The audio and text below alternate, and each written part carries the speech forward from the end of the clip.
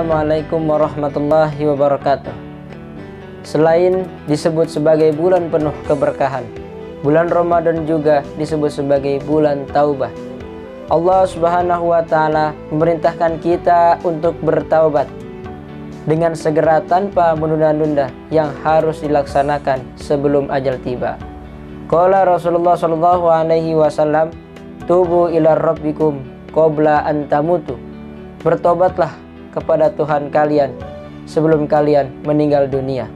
Wa qala Allah Ta'ala fil Qur'anil Karim, a'udzu billahi minasyaitonir rajim, ya ayyuhalladzina amanu tubu ilallahi taubatan nasuha. Wahai orang-orang yang beriman, bertobatlah kepada Allah dengan taubatan nasuha.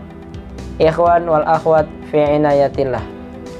Kesimpulan ayat dan hadis di atas, bahwasanya Allah Azza wa Jalla senantiasa memberi ampunan di setiap waktu dan menerima taubat hambanya di setiap saat.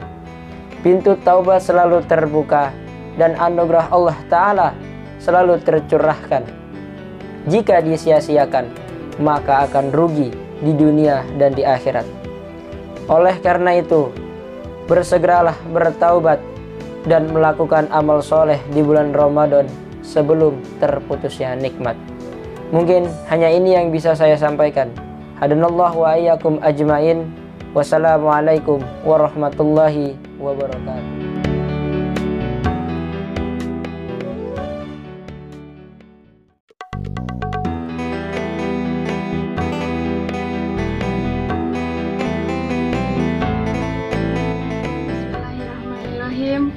Assalamualaikum warahmatullahi wabarakatuh. Alhamdulillahirabbil alamin.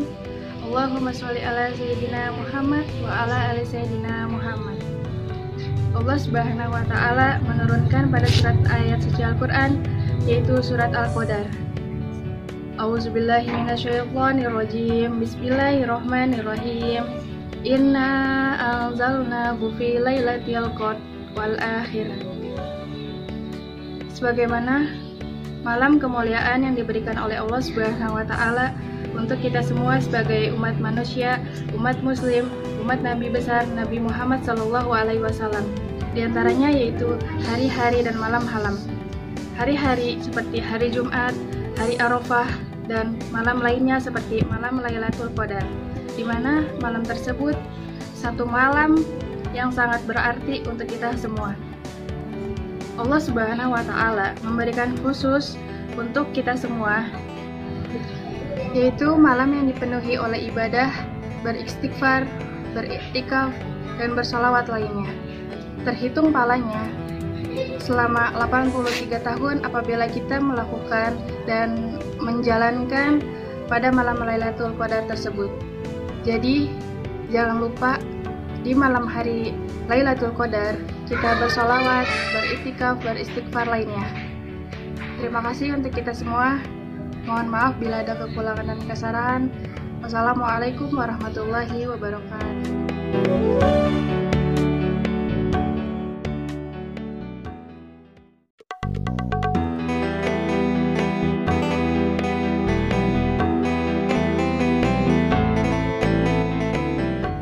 Assalamualaikum warahmatullahi wabarakatuh.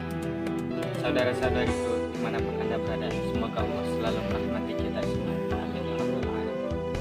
Di dalam Al-Quran, Allah memberikan rahasia besar pada kita semua terkait dengan keagungan, kesucian, dan keistimewaan bulan suci Ramadan.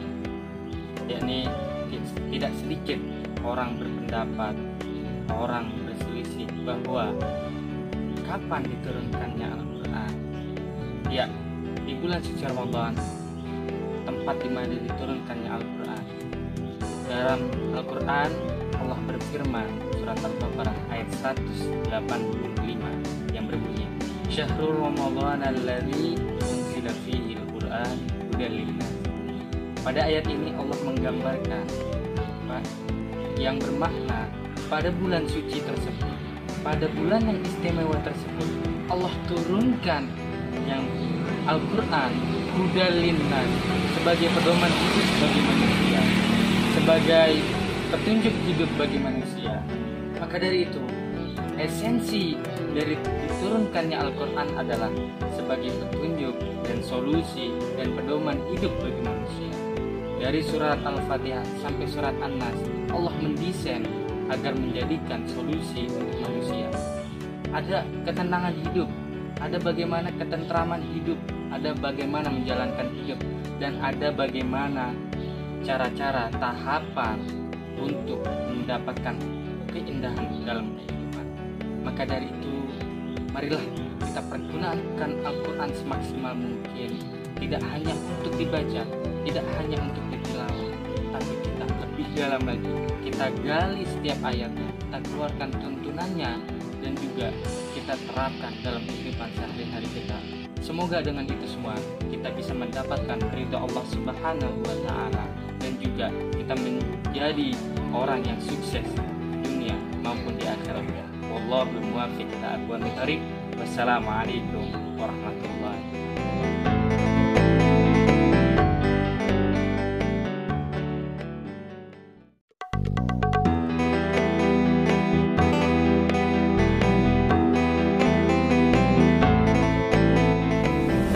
Assalamualaikum warahmatullahi wabarakatuh. Ayyuhal ikhwanu fi hayatihil mannan. Di dalam sebuah riwayat hadis qudsi, Allah Subhanahu wa Ta'ala berfirman, "Lis-shaimi farhatani, farhatun indal futur wa farhatun indal liqa'i rabb." Bahwasanya seseorang yang berpuasa itu memiliki dua kenikmatan. Yang pertama adalah kenikmatan duniawi tatkala ia menghilangkan dahaganya. Yang kedua adalah kenikmatan ukhrawi tatkala ia berjumpa dengan Rabbnya, Allah Subhanahu wa Ta'ala. Oleh karena itu Rasulullah Shallallahu Alaihi Wasallam menganjurkan kita, menyarankan kita, menyunahkan kita untuk berbuka dengan yang manis-manis sebagai simbol kebahagiaan kita di dunia. Oleh karenanya, sudahkah Anda berbuka dengan yang manis-manis? Karena ada pepatah yang mengatakan, berbukalah dengan setia, karena yang manis belum tentu suka. Assalamualaikum warahmatullahi wabarakatuh. Selamat atas lahirnya Iqtar yang kedua, semoga makin sekutu.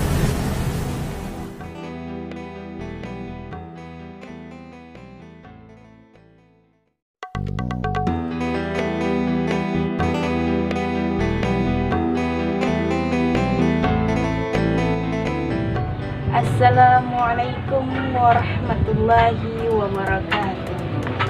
Wa an Abi Hurairah radhiyallahu anhu qala Rasulullah sallallahu alaihi wasallam, idza dakhala syahrul Ramadan futihat abwabus sama wa ghuliqat abwabu jahannam wa susilat asyayatin.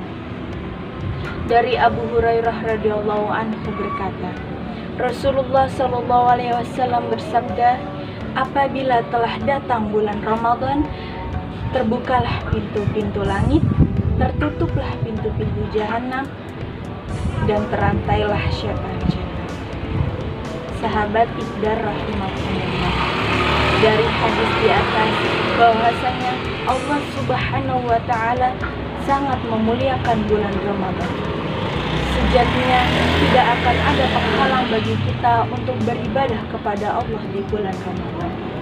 Maka teruslah berbuat baik kepada sesama, teruslah beribadah kepada Allah, dan teruslah istiqomah di jalannya. Semoga kita dapat menembus pintu-pintu langitnya Allah. Hadanallahu wa iyyakum ajma'in.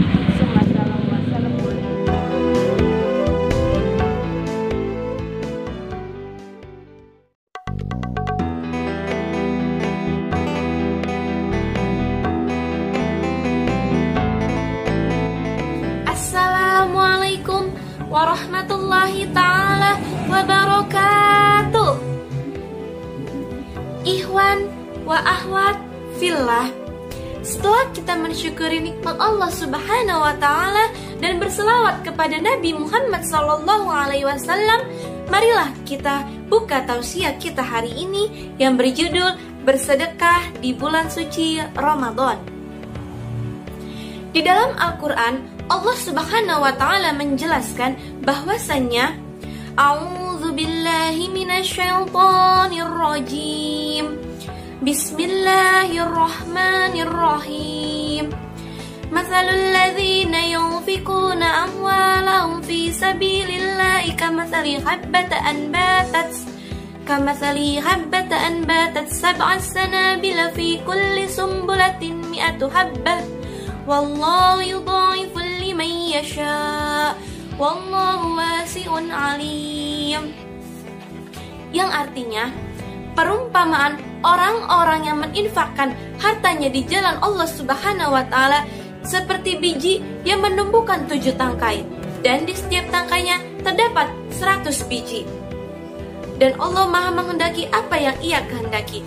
Allah Maha luas, lagi Allah Maha mengetahui. Surah Al-Baqarah ayat 261. Ikhwan wa akhwat fillah.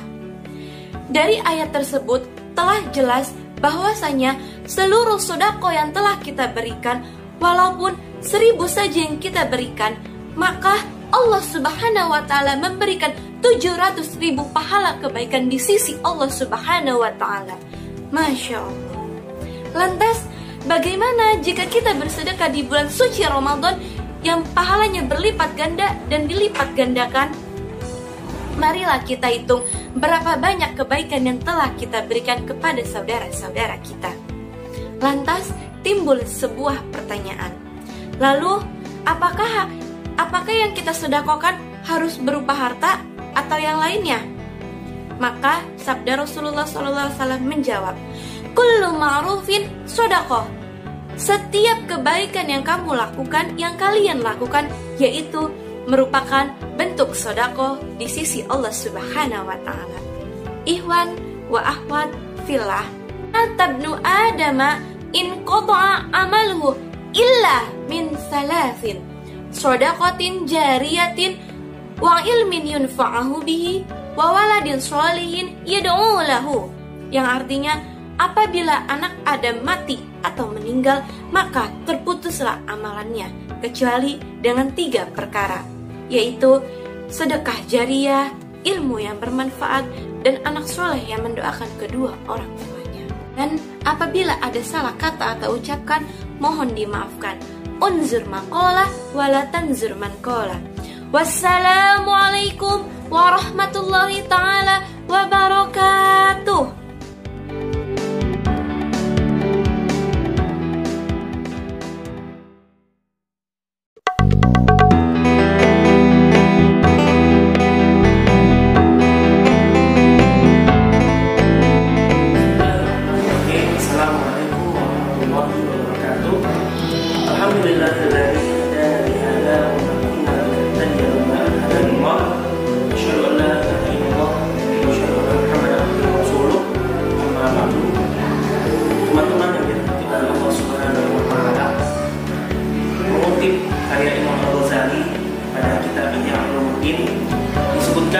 Ada 4 kategori ciri-ciri orang.